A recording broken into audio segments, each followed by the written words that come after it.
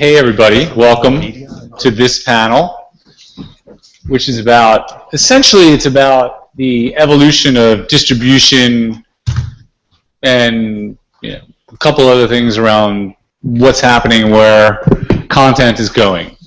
We have this amazing group of panelists, which I'll introduce. So the premise behind this panel is sort of that technological innovations, consumer behavior, new business models, all kind of reshaping the media space. And in the next hour, we're going to kind of explore how all this shifts in consumer expectation and demand is sort of forcing incumbent content players to change their business and creating all kinds of new opportunities. How to create content, where to distribute it, how to make money.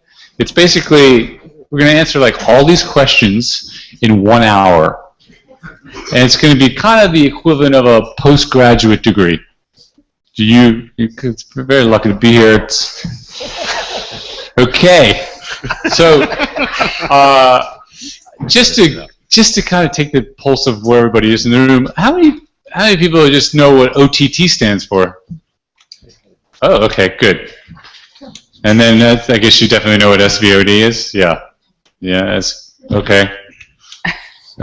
BDSM? Anybody?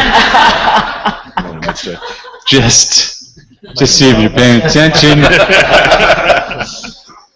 Okay, so I'm Sean Gold, I'm your moderator, and I'm plugging my own company, which is Wattpad. Anybody heard of Wattpad in here? It's like nobody's heard of Wattpad. This guy over here. So Wattpad is this like global storytelling platform. It's got 48 million registrants and 110,000 people a day join it. It's like YouTube for the written word. Okay, got to check it out. It's all taking place on the mobile phone. So I just want to see if the order, John. Okay, I'm trying. Not everybody's in order of that they were in the program. So we have John on the end, so I'm going to introduce these guys, and then I'm going to go back and actually just spend like 2 minutes talking about what your company is and what you do there. So John is a co-founder of Aura TV. Aura is a kind of a new digital network based on big personalities that you know and love. He served as, he's founder of the network and served as president of digital journalism initiatives at News Corp since about 2010. So he's kind of an established media guy going into a sort of a new media space. Next, we have Pete Spandi, who's Chief Revenue Officer of Business Insider. I'm sure everybody knows Business Insider, Business and Tech News.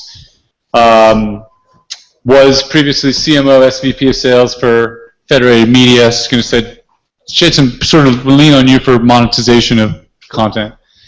And then we have, who do we have next? Oh yeah, we got, don't tell me, Gene. We got Gene, who's Chairman and Chief Executive Officer of Vindica, which helps digital businesses build subscription and revenue and recurring revenue. And then we got Mara Winokur, who is SVP of Stars Media, global media and entertainment company, but Mara's going to tell us more specifically what she does there. And then we got Amit, who's vice president of Epix, which is sort of the fourth premium cable network, which is joint venture between Viacom, Paramount, Lionsgate, MGM. And then lastly, we got Gil. And Gil's amazing. We're so lucky to have Gil. Gil's president of Buena Murray Productions, where he's responsible for managing daily operations. Buena Murray, a lot of people don't know Buena Murray, but they know Real World, which is in its, 30th season. Keeping Up with the Kardashians, which is amazing. Like, every time, what do they say? Something like, every time someone watches Keeping Up with the Kardashians, somewhere like a librarian drops down dead. Something like that. They created the reality TV genre. I'm paraphrasing, by the way. And then what else? What else do you have? You have Project Runway, and many other shows. So first, let's get into sort of changing consumption patterns. What's happening there? I'm going to go to Aura TV, to John. So you guys you kind of have an advantage in that you're building a relatively new content network.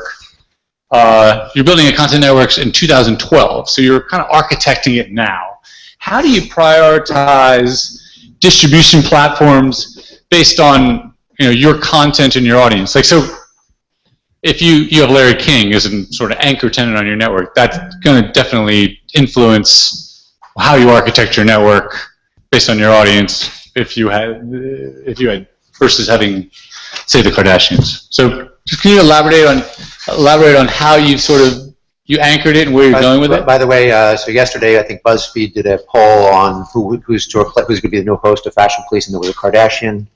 I think it was Khloe Kardashian was one of the contestants, and they put Larry King in there. And last I checked, anyway, Larry was winning the voting or something, So anyway, Kardashians and Larry may not be that far apart at the end of the day.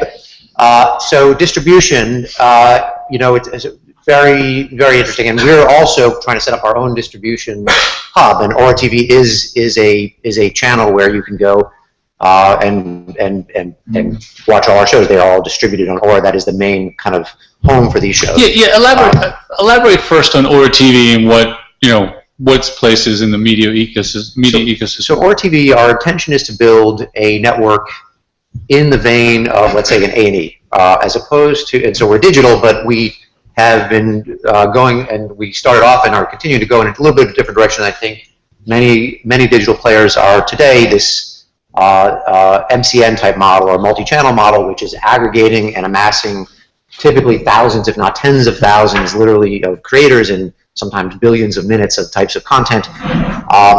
And there's all kinds of advantages, and I'm not going to go into that, but for many reasons that wasn't going to be our strategy. We have taken a little bit more of maybe a traditional network approach for digital, by which I mean curating a little bit more heavily, selecting very carefully which programs, trying to use known talent where we can, higher production values, all of those types of things, and even using some traditional formats and partnering with TV channels. So our network is a digital network, but in a little bit of a different vein than I think the typical digital network might come up, like a Maker or something like that. Our home is at Aura, www.aura.tv, and that is the network where you can find any of these shows on demand. And we started with Larry King, but now have almost 24 of these programs. So in terms of distribution, we are sort of de facto the hub for any show that we do. However, this distribution network is critical, I think, to anybody launching on digital, including ourselves, and especially as we build up the network from scratch. And every show, we tend to take it at least by a show-by-show basis. So even Larry King is not just monolithic. And to give you an example, early on we kind of bifurcated that show into politics and let's call it more celebrity, let's say.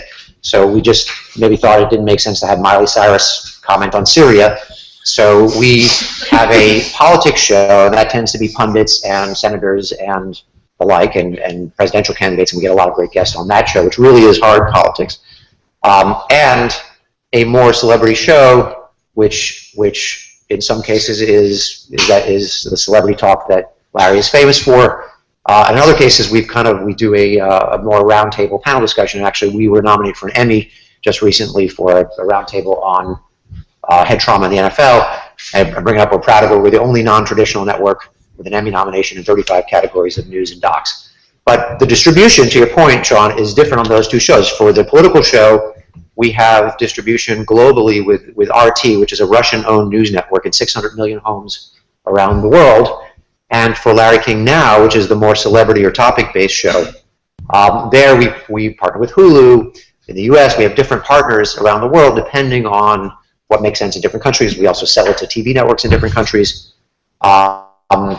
So even on that one, even on Larry, just to say, like, distribution, it's not like there's one answer for it. And then you get into all the other shows, and it varies from something like a new show that we just launched called Tiny Talk Show, which is a Very cute show. You should check it out. The idea is to stuff like Sounds cute. It works. It's stuffing a whole late night show into a few minutes. Everything is accelerated. They do all the bits in a few seconds. And Whitney Rice hosts that. And our partner for that is Keek. So Keek is a little bit of a competitor to Vine, let's say, and they do 30-second videos. And that is a big partner for us and a great distribution partner for that kind of show. Are these also directly available on your website? Everything is directly available on demand, and occasionally we'll window like everybody else. And so, give you a different example altogether. This is Haley Duff, Real Girls Kitchen, and our producer on that, Lindsay, is actually here in the audience. But that show airs on the Cooking Channel. So and we premiere it on Aura. It then rotates to the Cooking Channel with a blackout period, and then we re-air it on Aura. While we're premiering on Aura, we're pushing tune-in and awareness for that show. In its rookie season, it was the #2 show on all the Cooking Channel last year with the best, youngest demos. So I think there's some very interesting, hopefully innovative ways to do distribution with digital content, to play with everybody from Vine and Keek on the one hand, and traditional linear channels on the other hand. And as long as we can be in the middle there somehow, we're very happy to experiment and to do the right ecosystem, if you will, on a show-by-show basis. I wish there was one solution sometimes, because it would make life easier. Okay. Marla. Sorry. It's okay. Sorry. I've been called worse. Can you just tell the people, my audience, what you do, and then we can kind of add more specifics. So the reason he's asking me to do this is I work for the Starz channel, Starz Entertainment, and when you think of that, you probably think of the Starz channel like HBO and like Showtime, and that is one piece of Starz. And Epic, sorry. Sorry. There's sort of a thing between Epics and Starz. The mostly linear, but we have Starz Play, just like HBO has HBO Go, and Epix is Epix. That's right. Yeah. So I do not actually work on that side. The other half, and I say sides, but it's one company. The other half is affectionately called Starz Media, and we have a TV sales team. We have an Anchor Bay home video. There's an animation studio. My team is the digital team, and my team handles any content on either side of the house for which we have any digital rights. So could be transactional EST VOD, could be pay-per-view, SVOD, AVOD, etc. globally. If we have those rights, my team handles any deal and getting it out there, etc. So the easiest way to look at it is Spartacus, which aired on the Starz channel, and I don't think it's playing now, but it always could, and it's on Starz Play. Years and years ago, you may remember that Spartacus was on Netflix as part of a deal, but everything on Starz was on Netflix. I would not handle that deal. However, right now, Spartacus is on Netflix because my team went and sold just that show, and we can sell it in packages to Netflix in different territories. So it's a fine line, but the easiest way is I say, if you're giving the whole channel away or selling the whole channel, it's not me. If you're selling a piece of the channel, it could be. What are some of the levers that you're judging when you're looking to give a show to any one platform or the other? So we talked about this a little bit backstage, which is why I think, what's interesting right now. I mean, there's a lot of interesting things, but sure, the glamour everyone's talking about are things like Sling, and Epix is on Sling. Is Starz going to be on Sling? And you're welcome. Is Starz going to do? That's public, right? It was out. Yeah, it was announced. Okay, I just want to make sure. Is Starz going to be? Is Starz? My husband used to work for Viacom, so is Starz going to do an over the top? That's like everyone wants to know about that, and that's all the sexy stuff. But in my side of the world, it's sort of more nuanced and smaller, but the same issues are happening. So again, I'm just going to bring up Spartacus because it's the one show that everybody knows, and it's been out there long enough that we can make these examples. Historically, outside of the United States, or even in the United States, a show would go to pay TV channel. After that, it might go on transactional, like on iTunes and on Xbox. Might have to wait until the free TV channel in the territory aired it. And then it might go to another free channel, and if our TV sales group thought there wasn't really anything else it could do with it, it could go to an SVOD player or an AVOD player. But that's all changing now, and it's not, yes, it's partially because of the growth of Netflix and Amazon Prime, but it's also partially because people are just seeing that consumers, there are cord cutters everywhere, and consumers want to see their content when they want to see it. A show could, another example is Black Sails did not go to a linear pay or free TV channel in the UK. It went to Amazon Prime first, and that was its premiere in the territory. I can't tell you definitively, but it may be going to a TV channel after that, even though it will still be on Amazon Prime. So it's sort of, they took the pay TV spot, if you will, but it's now morphed into lots of different things. So it could go to pay, it could go to SVOD. In China, we went to AVOD first because of the high piracy rate, but we are also talking to other players who want to try and fix that and get it on linear channels later. So how you make that decision is a lot of factors. There's honestly the type of show. Some shows are going to play better on a linear model because there are still demographics to linear that aren't the same as to SVOD, that aren't the same to AVOD. Yes, how much money someone's going to give us definitely plays in. The territory itself plays in. So my example about China, it wouldn't have made sense to try and put it on pay and then free. And in fact, they didn't want it because by the time they could get it, the piracy was as soon as it airs in the United States, it's in China. So the deal we did was, as soon as it airs in the United States, it's on a free in China, where we got paid, and hopefully it can help reduce piracy, but even if it can't, someone's getting money. And our TV sales team was like, that's fine, we can't sell it there. So it's all of those things. And then to some degree is, look, the channel has a say in, what is the image of the show, and who would they like to attract, and is it a very, very high priority show or a lower one? And if they feel that a certain partner doesn't have the right, I don't know, I'm going to say image again, but I don't even, and that's happening less and less now that Netflix and Amazon are getting awards and are making their own content. But they can say, look, I'm glad they're going to give us that much money, but we're going to go for the little bit less money because we feel that it's safer and won't echo back on us in the United States. How much does promotion play, whether they're going to feature your show or not? It absolutely plays. It absolutely plays. So when going, doing the, and look, I'll be honest, we go head to head, and we we have now gotten to the point where we can use it to try and leverage our offer. So if I use Netflix, but I really just mean major SVOD player, of which there really are only two, but there are other local ones. So I've got an SVOD deal. The TV sales team has a linear deal. Maybe they're very, very similar. We'll try and drive the other party up, but then promotion will play into it. Starz wants, what my group is doing for the company, aside from making money, is we don't have global channels. We are a US channel. Is we are getting the name of the company and the name of the product out there and establishing us as a major global player. So yeah, we don't have a Starz linear channel in Yugoslavia, but you can get our content there, and you can get it legally, and we can make money off it. And it also helps the downstream models too. So if something's going to sell better, either on home video, because people do still buy some of them, home video or EST or VOD, if people know about the show. So if TVN Ubiquity, which is in South Africa, is going to use it as the cornerstone of their launch and talk about Black Sails, and it's on Starz, and maybe even mention that the new season will be coming out in the US and on them later, that's all good. Because it's a global, the world, it's not like it used to be where you'd have to wait for the news the next day. If they feature it, we can see it here. Wow, you really sound like you know what you're doing. That's the goal, but I sound like I know what I'm doing. Amit, just Yes.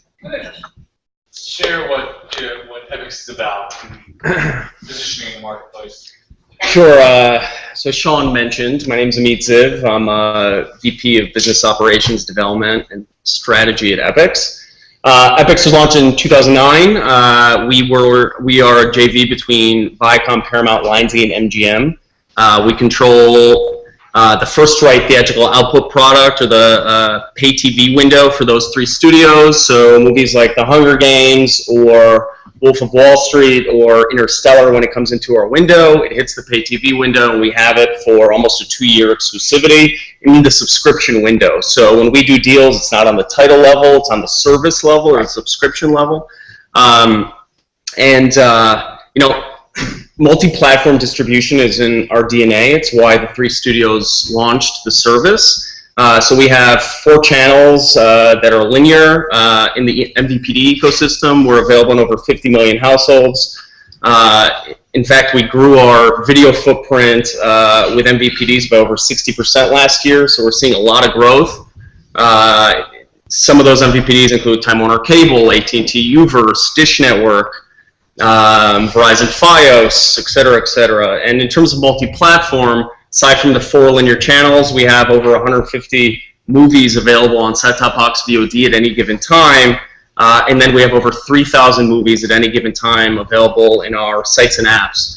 TV Everywhere has always been a huge priority for Epix. We were first on a number of platforms for authenticated TV Everywhere products. We're available on Xbox, PlayStation, Roku, iOS, Android. We launched on Chromecast. You know, the list goes on.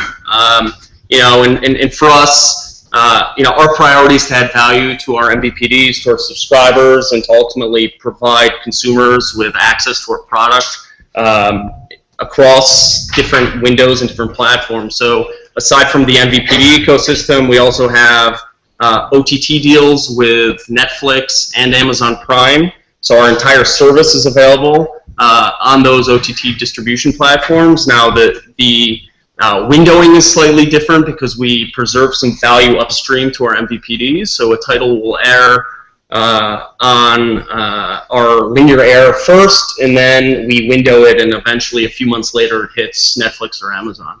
The HBO came out with their own OTT, sure. direct OTT service. Well, they announced it. They haven't launched anything. Yeah. Is this something that you guys would do, and why or why not? No, you know, we're not retailers, we're wholesalers, and you know, we see a lot of growth in the MVPD ecosystem. We're not going to go direct to consumer. All this consolidation that is taking place on the MVPD side of the house only creates opportunity for premium subscription services that, you know, they need great content to fill those pipes. The video footprint, HSD only, whether the MVPDs launch OTT SVOD services or virtual MVPDs like Sling TV. As Mara mentioned, Dish, which is one of our big satellite distributors, launched what we call an MVPD extension, which is Sling TV. That's a virtual MVPD. That is. Yeah, hold up one second. I want to ask you about that. Sure. I want to get into. I want to pull that. Okay, no problem. Sure. Because I want to ask Pete something. Feel free. Pete, kind of also very similarly like John, you guys are really, you know, essentially a new network. First of all, explain, share kind of what Business Insider, like how you position Business Insider, and then where your content consumption is kind of, where it is and where you see it going. Sure.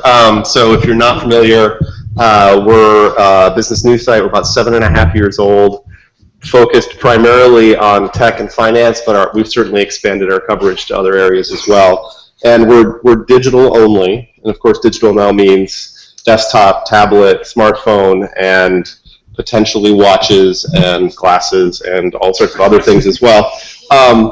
And we started with the idea that the business news space had largely been ported online from either paper or broadcast, you know, whether that be a weekly or monthly magazine or newspaper or something like a CNBC or those kinds of things where you have a kind of a broadcast model and you're now putting that online, or Bloomberg. And the vision from the beginning was really to look at where digital native companies had had success in other markets, whether that be food or sports or you know, just general news, whatever it might be, and take some of the plays from that playbook and really work to acquire an audience in a way that's very unique to how people use that online. So the big thing that we had to come to terms with, that most publishers have to come to terms with, is that in print or on TV, you're watching 60 minutes, you're immersed in 60 minutes. You're reading, I don't know, any magazine you want, Time magazine, you're immersed in that magazine or that newspaper, whatever it might be. And that is the publication. But what really seems to be happening, and the thing that we've really embraced and really worked to leverage, is the fact that really the internet is the publication, not businessinsider.com or any other site. So very often the first page of a visit will not be the homepage. We certainly have a very loyal audience who will come to the homepage. We work really hard to make that a good experience, but generally the homepage is the second page that they're using in a session. They're seeing that from maybe it's our Twitter handle or our email newsletter, or it might be someone sharing a story on Facebook or LinkedIn or Reddit or wherever it might be, or it might be a blogger pointing to that story, or whatever that might be. So to win online, we feel, is to really win the publication that is the internet for your demographic, for your target audience. So we've worked really, really hard at that, and we've gotten really good at that. And that does mean that some of the things that are kind of viewed as the tried and true rules of journalism, and how do you produce a news vehicle, may be slightly different. Very often we look at quality, meaning long form, and sometimes we'll publish a chart and an article that will very quickly summarize what people need to know about whatever that topic is, and then maybe we'll develop that later. That's a very different model than a lot of news vehicles. The other thing is our voice tends to be much more conversational, because that conversational voice actually lends to social sharing. If you've got two people covering the same story, two news sources, let's say it's record jobs announced, government announces record jobs every Friday, or last Friday, whatever it might be. Unemployment rate sinks, whatever it might be.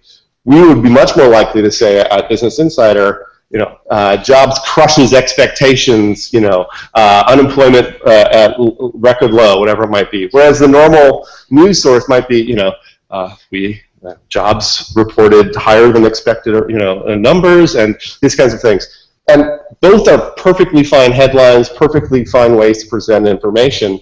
But when you're looking to share that content socially, if it's packaged in a voice that now becomes your voice rather than just ours, in a conversational tone, whatever it might be, it lends to more sharing. Those kinds of things have really started to play with us. Your traffic is from social. It seems like I personally have been going to social probably. Yeah, I hear. So it's percentage of visits. It's in the high 30s. It's higher than search for us. It's the largest single source of visits. That doesn't necessarily equate to the longest sessions or the most loyal users, that kind of thing, but we do see social as the biggest referrer of traffic. That's cumulative. Facebook dwarfs all the others, but we've got some pretty good traction across all of those different platforms. What percentage of your stories are about Elon Musk? Well, we produce 400 a day, and there's probably at least one that will be about Elon on almost every day. Some people love it, some people hate it. What we try to do is optimize behaviorally, so if you're reading Elon Musk, you're going to see more Elon Musk headlines. So sometimes people will say, you cover a lot of entertainment news. Is that really business news? And I'll say, well, it's actually 20 articles on a day. Do you read a lot of them? Yeah, well, so we're actually dynamically optimizing our site to play to what you've read in the past. What are your monthly unique visitors? Globally, it's about 72 million. We've got 7 versions of our site globally. US is about 37 million uniques. Okay. All right, thank you so much. Thank you. Next, Gene. Let's go to Gene. So, share a little bit about Vindicia. And then I have another follow-up. Yeah, certainly. So Vindicia, we manage the subscription infrastructure for major over-the-top SVOD services. Notably here in the United States, NBA League Pass, NASCAR Track Pass, DirecTV's NFL Sunday Ticket OTT offering, DirecTV's Uveo, BBC, and Telstra globally. We also have a business outside of that on things like Motley Fool and OnStar, LifeLock, Carbonite. The subscription infrastructure pieces here, I think, are significantly underestimated about how hard they are, but they are in some ways the only real way to respond to piracy. I mean, I was enjoying what you're saying. I came to this by founding eMusic and fighting the Napster wars, and so piracy was something I quickly learned to be a major market component for how the heck you do this. People sometimes think about going online and saying, we're going to do VOD and we're going to charge $3 or something, and you start running into all these realities of how much it costs to acquire a customer and what your minimum transaction value can be on payment methods globally. So, one of the things we've really seen is that subscription, one way or another, and I think there's an interesting set of questions you're going to head down, ends up being probably the winning model to support these higher end content pieces, at least in the premium window, right? But once you do that, then customer lifetime, and all of a sudden now you have to worry about how the target data breach impacts your subscriber lifetimes, right? This is not what most people are thinking about when they think about offering an SVOD service. So, HBO, ESPN, CBS, Tennis Channel launched, OTT services. Tennis Channel, somebody at the Tennis Channel was telling me that they actually pay their cable operators, they have a direct OTT service, but they're somehow including their cable operator in on that deal. So I guess not to anger them. Yeah. How that can't happen for long, right? But how do you, where do you see all this going?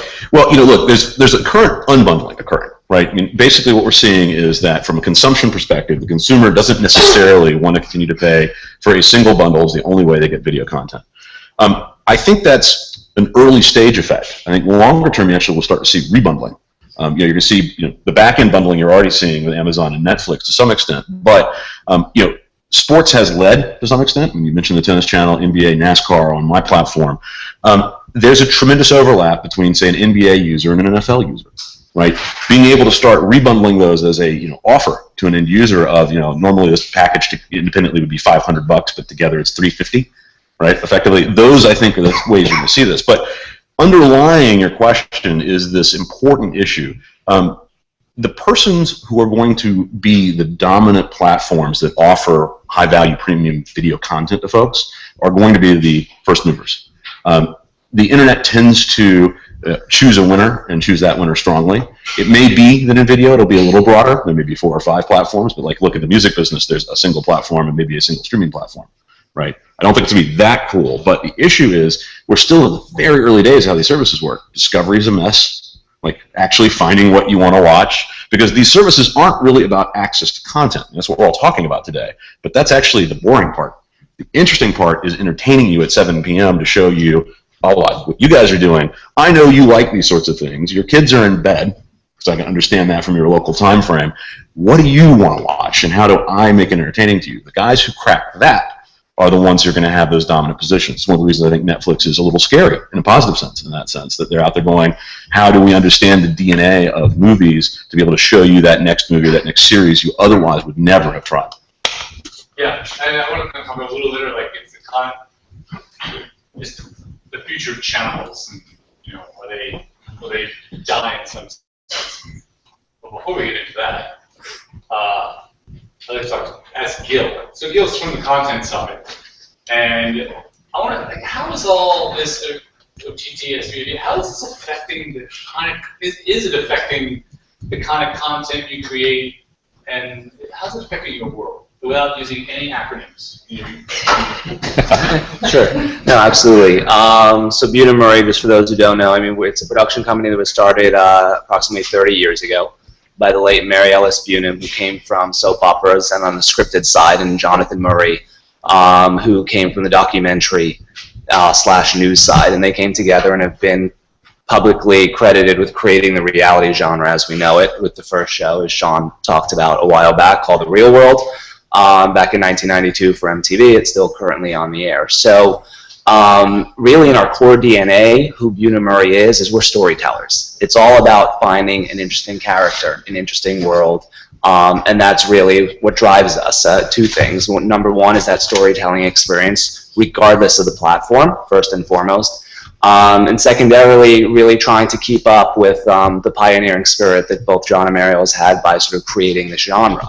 So with that said, we're a mini studio in the sense that we do everything from developing our own ideas. We work with third parties as well, but everything from a full-time development team all the way through post-production. So the way that this sort of new media, I guess I would tell a couple of different anecdotes. One is I started a digital department several years ago.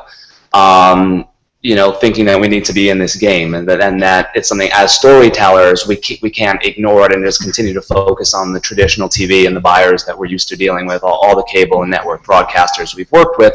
So at that sense, I spent a lot of time on the front end trying to figure out the right business model, because a lot of people are saying in different panels, or just even people internally, quite honestly, this is a penny business. Why would we be wasting our time in it? And for me, it was something, and I had some other pushback, once I hired somebody to come in the digital, I had a couple people come into my office, close the door, and say, we don't, what are you doing? This might potentially hurt our brand, because look what we're doing on TV, we're so successful, and because there's no money in digital, people will kind of, maybe confuse it, and the quality won't be able to be the same. And I said, that's not the way I'm looking at it. I mean, for me, it's a matter of, and this is before YouTube sort of had their creative initiative when they reached out to Hollywood. This was me just seeing what's going on with YouTube and all this user-generated content, saying we can do content, on a better quality than they can. Why not go ahead and find these worlds and tell our stories, whether it's working with brands who are willing to fund it or the distributors themselves. And it was really about saying that the digital content that we're going to produce is going to be a better quality than the digital content that's already out there. And to me, that was sort of the distinction is, you have to look at those two worlds separately. So interestingly enough, now sort of cut to 5, 6, 7 years later, I've now told people, it's not like I now have my digital department and I sort of have the TV department. I really treat it the same, and I view it the same. Anytime we're now going to be developing a television concept, I have my digital people in the room as well, because I now view it from a 360-degree angle where, we recognize that, the viewers are watching content differently. And for us, it's trying to figure out the best way to do that. Now, even if it is within the traditional model, we're now building digital extensions up front, and now going into our pitches to saying, here's the whole picture.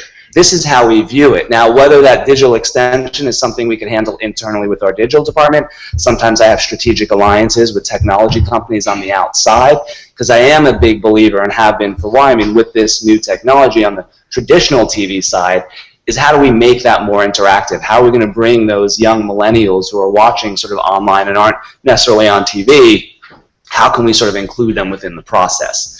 And at the same time, again, on the digital front, because we're storytellers, we'll work with anybody. Now some of the big names that we talked about, again, Netflix isn't necessarily in the reality space right now, but we do believe that a lot of these major players, it's inevitable that at some point they will be, and where they are knocking on their doors and having conversations with all of them on a continual basis. Because again, it all comes down to whether it's the traditional or not, it's about the content.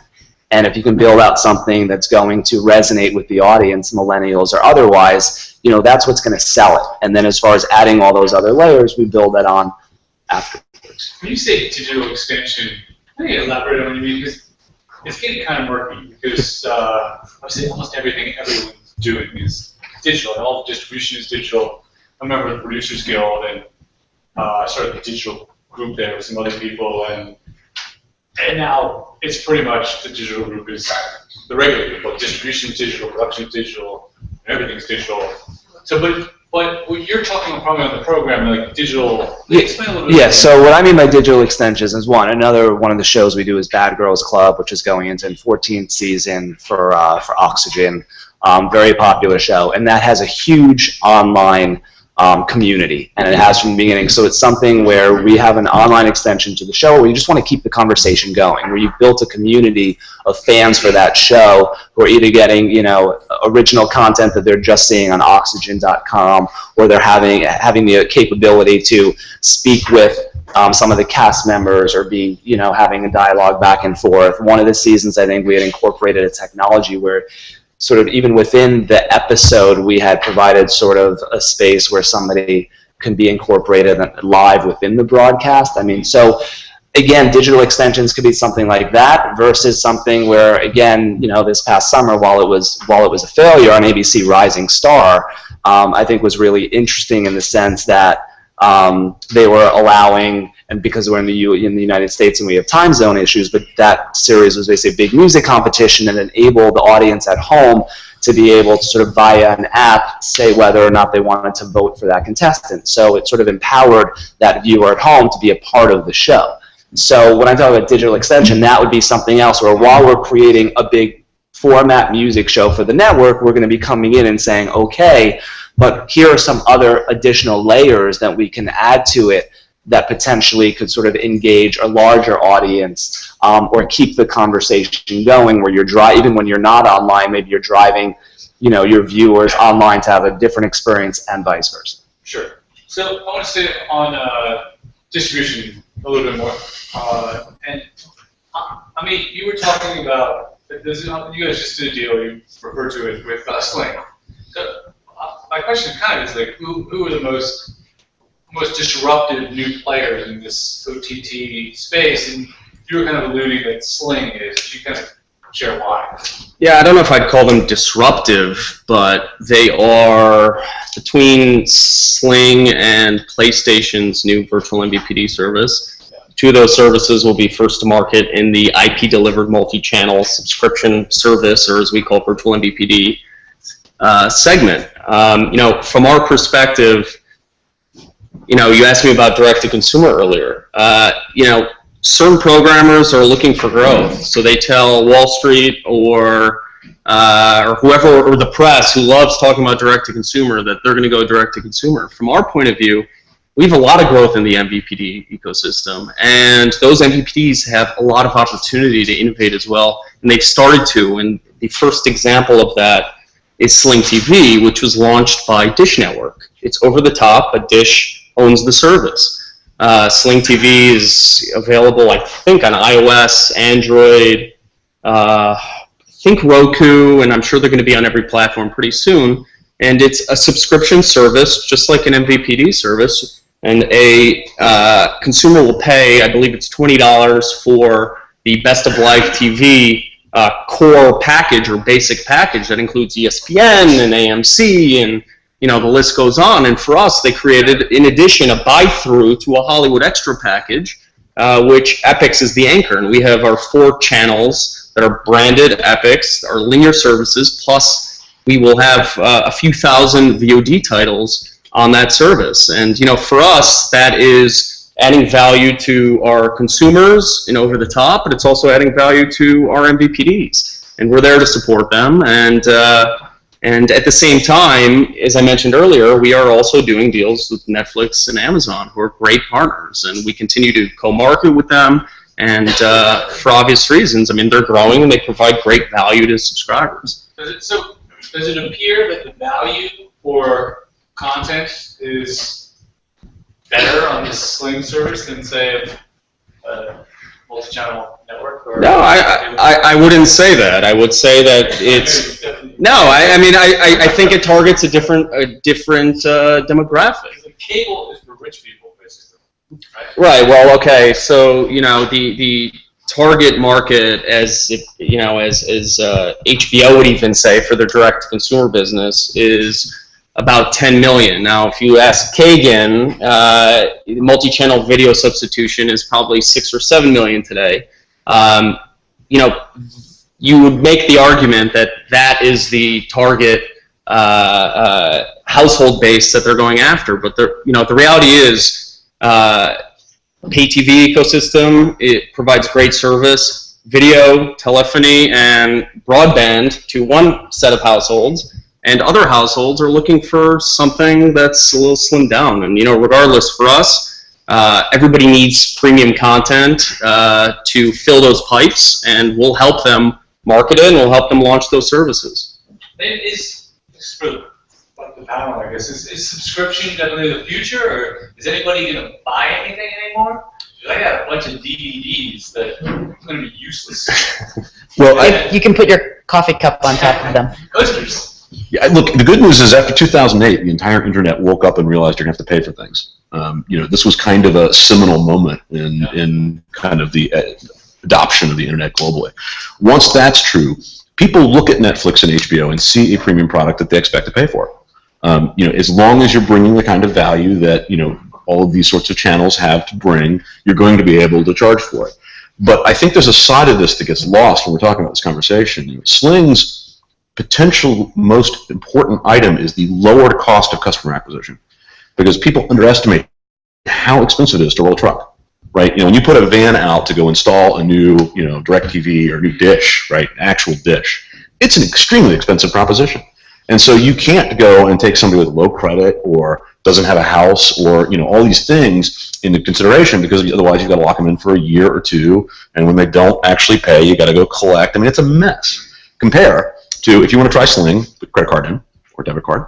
It works, great. If they get 24, 36, 72 months of customer life out of that, hugely profitable from their perspective, right? That all then flows through to the content creators. You're taking a ton of the friction out of how does premium content get to actual end users. John, you're ad supported, right? We are ad supported. We're looking at a couple of SVOD options right now, but we are currently ad supported, and we license our products around the world as well as content producers. But our consumer model is advertising. You direct those. Yes. Do you guys see is there such thing as, if I buy content today, is there such thing you think is future-proof content that I'm going to be able to, I'm just trying to figure out if people are going to, if it's all subscription or people are going to actually continue to buy content. I tend to buy like a $2.99 rental. Right. I mean, the interesting thing is we're talking about subscription as though it's a new model. TV was subscription. You had a cable bill. I mean, that's what it is. It's just different ways of looking at the subscriptions and different ways of delivering the subscriptions. And so in some ways, it's the incumbents coming up with different ways to deliver it. Maybe they're cheaper. Maybe they realize that some people don't. I mean, we always talk about sports. I don't watch sports. So yeah, if you give me an option where I can pay less because I don't need to get the sports, great. And then we've got the new players coming in with different versions. In terms of will people still buy, you could ask the question, well, why do people ever buy? You could still get those movies.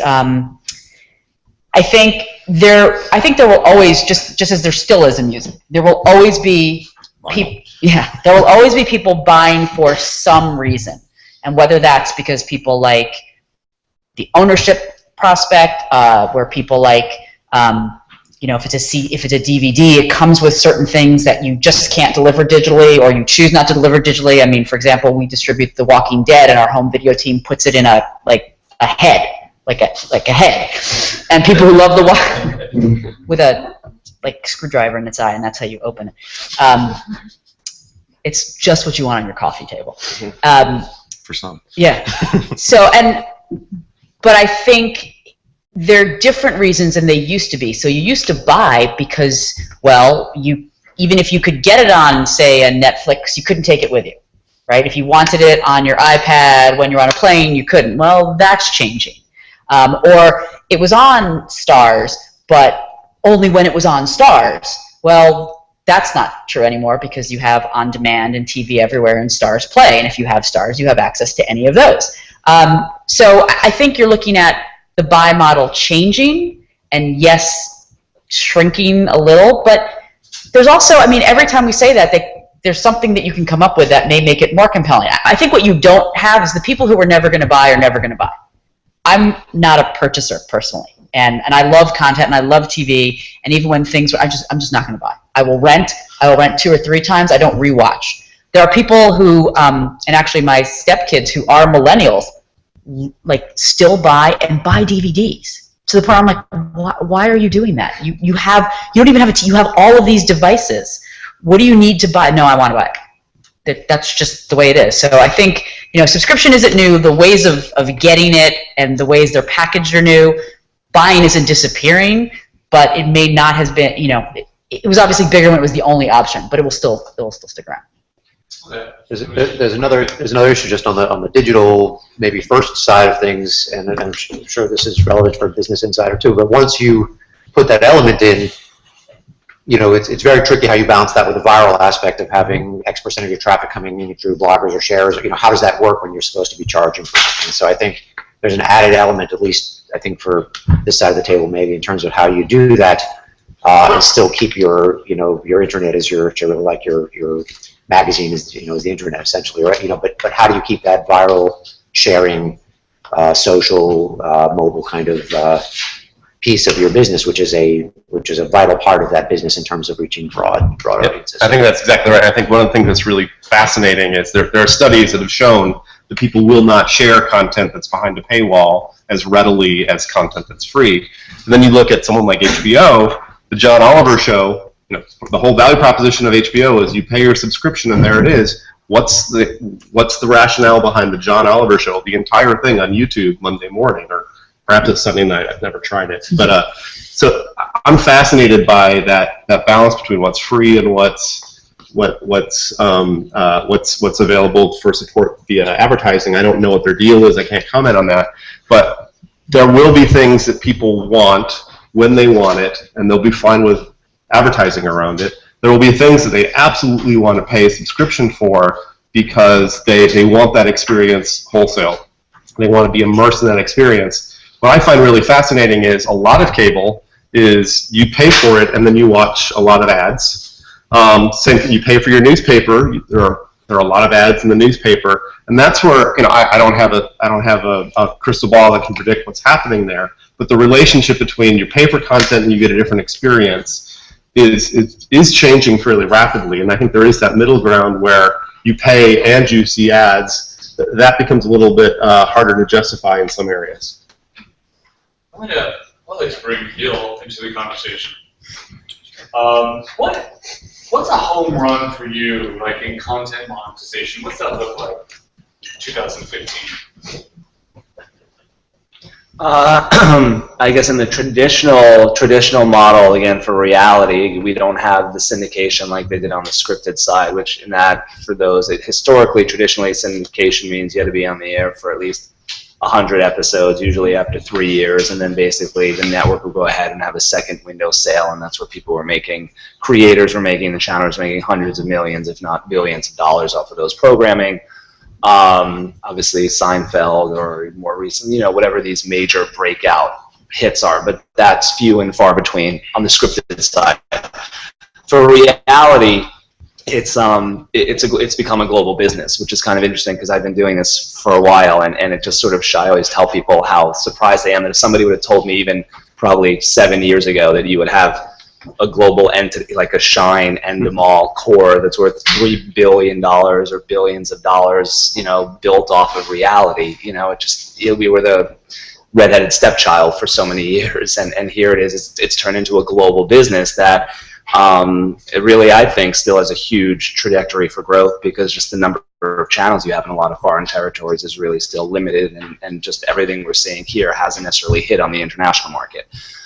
So the home selling formats. That's format, yes. So I mean, the home run is basically about. I guess I'll use The Voice as an example because that's top has been in the news lately. I think where it looks like ITV is looking to purchase them. So The Voice was a format that John de Mol created in the Netherlands, put it on a local channel, and since launching it there, has sold that format, which means that sort of version or sort of the different type of shows that sort of. The format is the type of show that you have, like The Voice with 3 judges. It's a music competition, etc., versus a docu-series. That's what I'm saying. Format sold that in 60 territories around the world, and then the finished episodes are airing in 180. To me, that's a home run in our business. It is finding that television program that can travel around the world, and that's reality TV's version of selling into syndication and having a home run. Are you doing anything in how are any of these formats selling into like China, for example?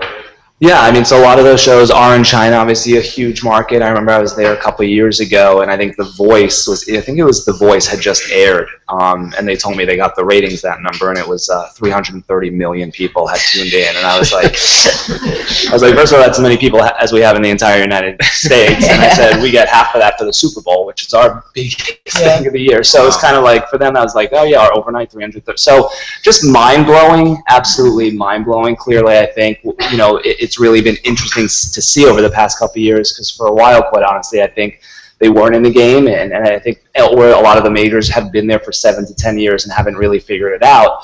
But it looks as though over the past few years, we've seen the Chinese actually, whether it's at MIP or otherwise, where they're licensing formats from third parties, they're doing localized versions of the show like The Voice or others. They're partnering with different producers around the world and either creating in China and trying to export out. So absolutely, I think that's a really exciting territory, and I think absolutely from a home run perspective, to the extent you're able to launch either an original format there in partnership with one of the local production companies, that's probably the biggest home run, or even to be able to license it in success. I mean, yeah, obviously a huge market, and the way their business works is they have a lot of the advertisers who sort of, will pay for the content. So there's some interesting models. It's just a matter of, again, I'm not an expert in that area, and I think the biggest thing, at least from what I've heard, or what would be my biggest concern, and the thing that I would spend a lot of time doing due diligence on, is even if it is success, how do you sort of repatriate and get your money out?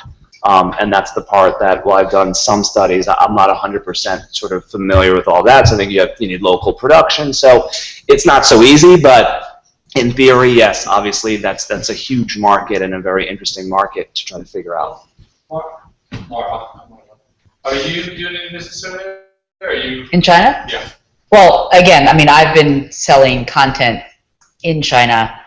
So you mentioned China. Yeah, we do have a deal in China. Like I said, it actually was, interestingly, it was for an ad-supported deal. The Chinese government, you probably know this, just changed their censorship rules for content. Well, any content that comes in from outside of the territory has to go through the censorship board, where that used to be just specific to, I think, linear channels, so like traditional TV. It now applies to digital players. And they only meet twice a year, and it takes 6 months, which means that day after proposition is no longer really valid. So then they switched it to an SVOD deal, thinking, oh, maybe if it's behind a paywall, it won't be as specific. But to Gil's point, I think the company as a whole, and so not just on my level, because again, I'm opportunistic, and if there's a player that wants to purchase the content, I'll look into it. But on a company level, I think China is one of the territories we look at as, it's so big. People should be paying for things. How can we crack it? But there are all of these issues: the piracy, the censorship. I mean, if you look at most pay channels, and most American television is not going to get, a lot of it's not going to get past their censorship boards for reasons that are different than what you might think. I can't imagine the Kardashians playing in China. Spartacus is actually on the forbidden list, and it's not. It's because of the excessive violence. So is what's her name? From I'm to Basic Instinct. Sharon Stone. Spartacus, Sharon Stone. Can't get either one of them. So I think we're interested, but it's a tough country. I'm going to open into some of the questions in a minute. So take one if you have one. I want to kind of take the format, talk about format a little bit more with web-based stuff. Are you, and also include you guys in the conversation. Are you seeing you have some 10-minute shows. You have all different kinds of length. Are you guys seeing a standardization of web-based formats or formats that work as far as attention spans? Or can you elaborate on anything that's working on web format or mobile format? So look, I think the honest answer is it's really what's right for that show, and people know when you're trying to stretch a short form thing into half an hour, and so I think you have to do what's right for the show.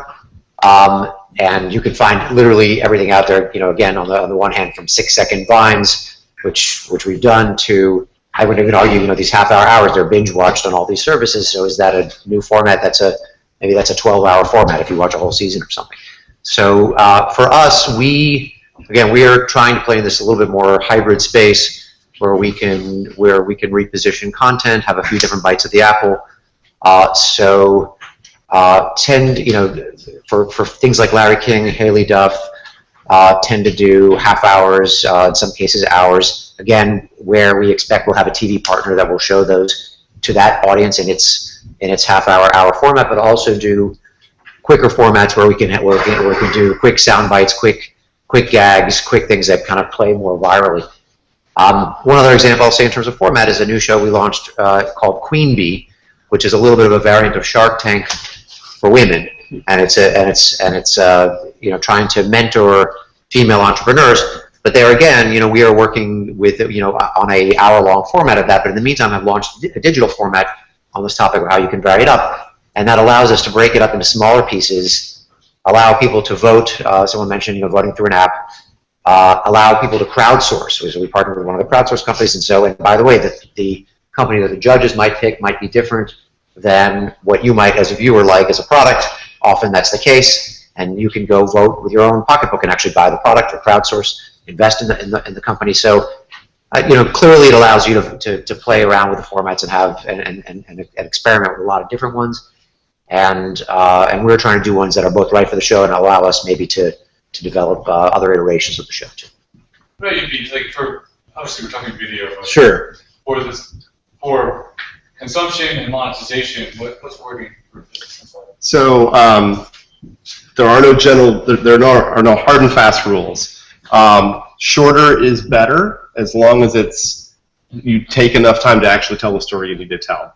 So what's that quote, the Mark Twain, sorry I sent a long letter, I didn't have time to write a short one. The editing down of the process and distilling that to something that you can watch, especially with mobile in a shorter period of time, is generally more popular, but there's an exception to every rule, and we work on that. And it's very much on an ad hoc basis. And I think the other piece of this is there aren't expectations that I'm going to devote 30 minutes, 5 minutes, an hour, whatever it might be. So we'll see people spend an hour on the site consuming video, but it may be 3 really short form videos and then a 7-minute video and then a 15-minute video or whatever it might be. The other thing we're seeing, and this is actually relatively new, but we're also seeing a lot of video, and the power of video is sight, sound, and motion. We're seeing a lot of success with videos that work well without sound. That's especially true as Facebook is getting more serious into kind of promoting video, and we're an at-work publication for the most part. What can you watch and get value from without sound being a part of that equation? So we're going back in time, I guess, to the 20s in that respect. Anybody have any questions? Willing to take questions. Okay. And Sean, what do you guys think about if 50% of the broadcast ads moved into digital? Does that change, the thinking about subscription? Because I don't think consumers have an appetite to subscribe to 30 different services. I mean, there's going to be rebundling, but ad-supported is going away, and it might actually just, people be like, they're buying, so I'm, selling. I'm not so sure that ad-supported isn't going away. The reason I tell you that is that kids are being educated that television is nonlinear, is on demand, and there is not advertising. Right? That's a long-term demographic change that's going to have a significant impact. I can tell you that Netflix has trained my household that it's actually kind of annoying to have to deal with the ads, and we'll actually wait for the window to watch certain things so they don't have to deal with the ads. I mean, it's the combination of Netflix and the DVR, right? No, it's even in sports households, they'll wait to watch the game half an hour later so that you can fast forward through the ads. It's amazing. Yep. It's amazing. Because you have to curate now things at the program level, it's much more difficult to make decision what to procure. What factors go into making that decision? So the question is, what factors go into making content today? You're going to make something. What are the at the series program level, right? Yep, and you have to pick one program at a time. Yeah, I think it's. By the way, I don't think it's too different for us than almost any other. Unless you're even if you are ESPN, But I take HBO as an example because that's the same network that brings you Game of Thrones and Girls and Togetherness or something. There's no. I love those shows, but there's no. There's no. I think it's hard for any network in some way to, the show. I think increasingly for programmers, it's very typical for that reason. You have to program on a show-by-show basis. It's Gil mentioned it's the storytelling of any given show. On the digital front, clearly we're looking for things, where our slogan is big personality, and we're looking for people that we think you want to click on, and want to share, and do that day after day. So that because that's an important part of how we derive our value and traffic. But that's exactly the issue. I think it's getting harder to kind of say that we're, network X, and even networks that have brands around them in a certain type of programming, Comedy Central and other ones, they're just trying different things that they think will work. And increasingly, this is my opinion, it's the Walking Dead that's going to brand the network and not the other way around in some way, right? I think you see that at network after network. I'd love to hear our Stars and Epics think about that. But that's a little bit how we think about it too. Maybe you want to expand on that? I don't do the programming for Stars. I don't do the programming for Epics, but we did just hire a head of original series, and you know, our studio owners are, as I mentioned earlier, Paramount, Lionsgate, and MGM, and you know, they're prolific scripted original series producers. Lionsgate does, you know, Mad Men, Orange is the New Black, et cetera, et cetera. I think, just broadly speaking, in my opinion, just removing Epics specifically, I think in the network business it's also cyclical. I think, you know, certain networks are defined by a certain sort of sensibility at times, and that evolves over time.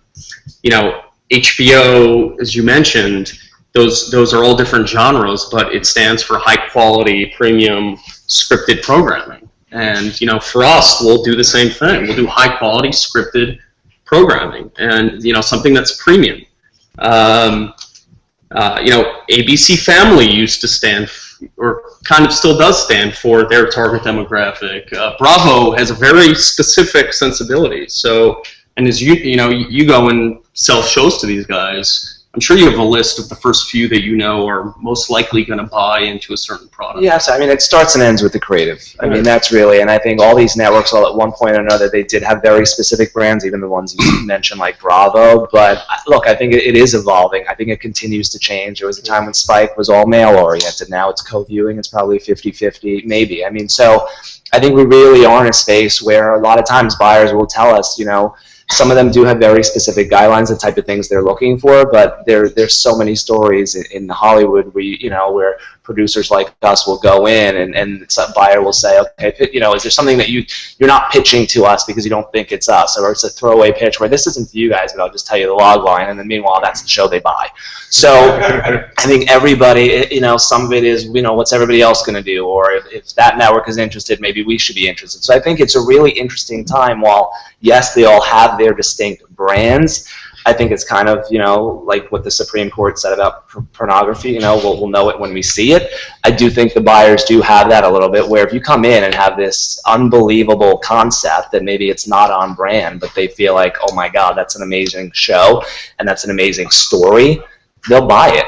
So I do think that that's another interesting component of where we are now in the media space is, again, like I started, I mean, it is all about the content. It starts and ends, and the buyers, it has to make sense, and it has to be a great story. And if is there any pressure from you when you're selling a show for clever advertising integration opportunities?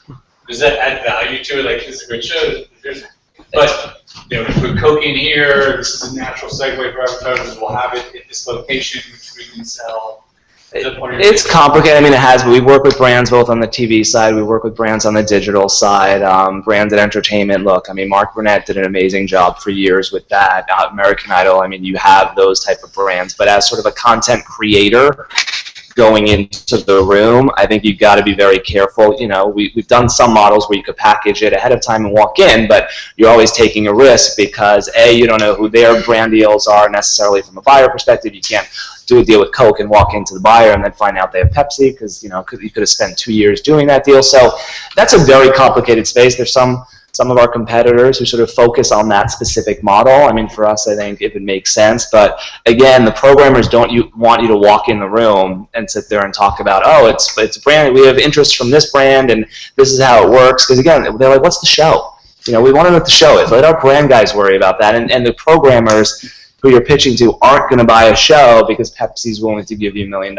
Again, it starts and ends with the creative. Now, if they love the creative, then you could take it to the next level and start talking about some of those business opportunities. But the creative people who are making the decision to buy aren't buying because Coke is in or not.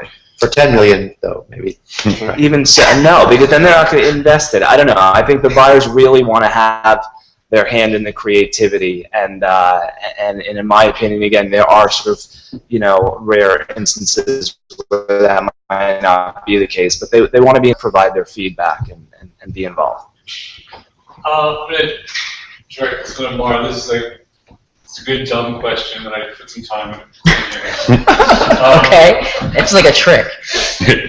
Do you see a shift in power in sort of this video market? Like, will producers have leverage because content's king, or will TV channels, internet platforms subjugate the value chain, or will MSOs have all the power because they control the last mile?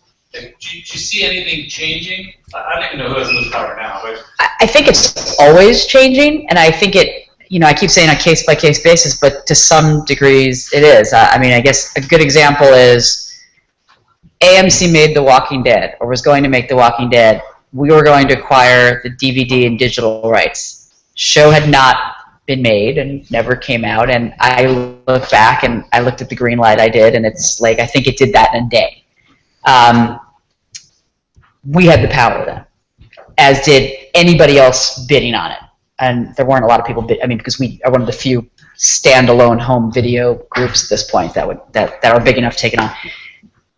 Flash forward to The Walking Dead is a raging success. Breaking Bad took off because of Netflix. They're doing a spin-off. Well, suddenly, when the renewal comes up, we no longer have the power. We have some power. They don't have all the power because we've got the prior seasons, and there's still something in there. The MSOs, to the extent that you're a linear channel and you're dependent on, and your revenue base is dependent on them, in that case, they have a lot of power. And Epics and Stars are good examples. So, Stars has MVPDs and MSOs, and we're a linear provider, and that's where we started. Epics didn't start that way. So one of the first deals that Epics did was with Netflix. That's right. And everyone said, oh my God, and they're never going to get any linear placement because, well, to some degree, we did do that deal and we got punished because in our world, the MSOs had the power. In the Epics world, the MSOs didn't have the power because they weren't carrying it. Now, if they never wanted to carry it, that was fine, but it was starting from a different point. It wasn't like, oh my God, we're going to lose this money. I don't know what the decision making, but we're going to make this much money, which is more than nothing. And if we get 4 linear carriages, that's different versus if we looked at it and said, okay, we'll go do this deal. If we lose 4 linear carriages, that's huge. So I think it varies, and I think the one thing is that I see from all of this, from the Netflixes and the Amazons and all these new content providers and content creators, is that yes, there's more. I think for the consumer, it's a win-win. I mean, there's more content. There should be better content, although that's some of our fault some of the time. But for a content provider, you do have more options, or content creator, to go sell. So whereas it used to be the main channels, and if you didn't go to one of the main channels, your show was sort of losing. I don't think anyone would argue now that if you went and sold original content to Amazon or Netflix, that's a failure. Yeah. In any way, shape, or form. Not awards-wise. You're not going to get lower cast